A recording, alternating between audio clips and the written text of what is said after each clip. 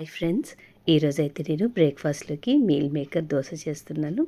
చాలా అంటే చాలా సింపుల్ అండి. ముందుగా మీల్ మేకర్ కొంచెం నానబెట్టుకోవాలి. నానబెట్టుకున్నాక కావాలంటే అలానే గ్రైండ్ చేసుకోవచ్చు, కానీ నేను ఒక విజిల్ పెట్టి ఉడకనిచ్చుకున్నాను. ఎందుకంటే మనకు దోశ అనేది సాఫ్ట్గా వస్తుంది.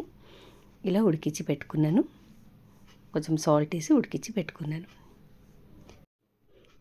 ఇప్పుడు ఇక్కడ టమాటో, పచ్చిమిర్చి, ఉప్పు వేసి చాలా సన్నగా గ్రేట్ చేసుకున్నాను అనమాట. ఇలా చాలా సన్నగా ఉండాలి మనకు దోశలోకి.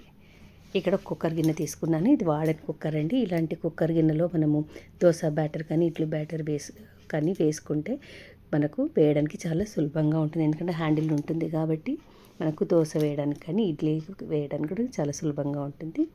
వేసుకున్నాను. ఇక్కడ ఉల్లిపాయలు కూడా ఇలా సన్నగా తరిగి వేసేసుకున్నాను. ఇప్పుడు ఒక టేబుల్ స్పూన్ రవ్వ వేసాను, ఉప్మా రవ్వ వేసాను. ఇవన్నీ మంచి కలిసేటట్టు కలుపుకొని కొంచెం పసుపు కూడా వేసుకున్నాను. ఇవన్నీ మంచి కలుపుకోవాలి. ఇప్పుడు ఒక టేబుల్ స్పూన్ శనగపిండి వేసుకున్నానండి. శనగపిండి ఎందుకంటే మనకు దోశ వేసేటప్పుడు ఈజీగా దోశ మనకు రావడానికి బైండింగ్ కోసం అన్నమాట శనగపిండి. ఇవన్నీ బాగా కలుపుకున్నాక మనం ఇక్కడ గ్రైండ్ చేసి పెట్టుకున్న మీల్ మేకర్ కూడా వేసేసుకోవాలి. మంచిగా కలుపుకోవాలి. అన్నీ కలిసేటట్టుగా మంచిగా కలుపుకోవాలన్నమాట.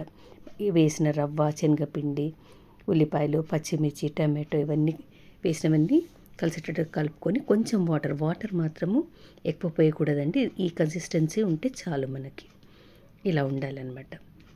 ఇప్పుడు ఉప్పు వేసుకుంటున్నాను. కొంచెం ఉప్పు వేసాను. ఎందుకంటే ఆల్రెడీ మీల్ మేకర్లో ఉప్పు వేసి సోక్ చేశాను కాబట్టి కొంచెం ఉప్పు చూసి వేసుకున్నాను. కరివేపాకు సన్నగా కట్ చేసి పెట్టుకున్న కరివేపాకు కూడా వేసుకొని ఒక 15 నిమిషాల పాటు మూత పెట్టి పక్కకు పెట్టేసుకోవాలి.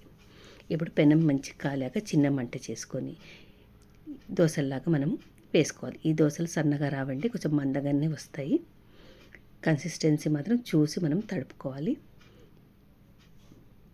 ఇలా నిదానంగా తడుతూ దోశ మనము స్ప్రెడ్ చేసుకోవాలి. లైట్గా ఆయిల్ వేసుకోవాలి. ఆయిల్ వేసేసుకొని చిన్న మంట మీదనే మనం ఈ దోశ అనేది ఫ్రై కానివ్వాలి. మూత పెట్టుకొని మనము ఫ్రై చేసుకోవాలి. ఒక 2 నుంచి 3 నిమిషాల పాటు చిన్న మంట మీదనే మనం కొంచెం ఇది టైం టేకింగ్ ప్రాసెస్ అంటే ఈ దోశ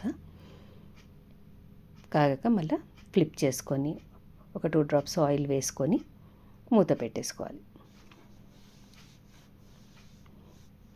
అంతేనండి, ఎంతో టేస్టీ అయిన మీల్ మేకర్ దోశ రెడీ అయిపోయింది. రైతాతో సర్వ్ చేస్తే చాలా టేస్టీగా ఉంటుందండి. మీరు కూడా ఒకసారి ఇలా ట్రై చేసి చూడండి.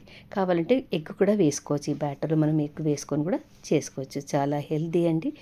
ఎస్పెషల్లీ జిమ్ చేసే వాళ్ళకు హై ప్రోటీన్ డైట్ అనమాట ఇది. Thank you so much for watching my video.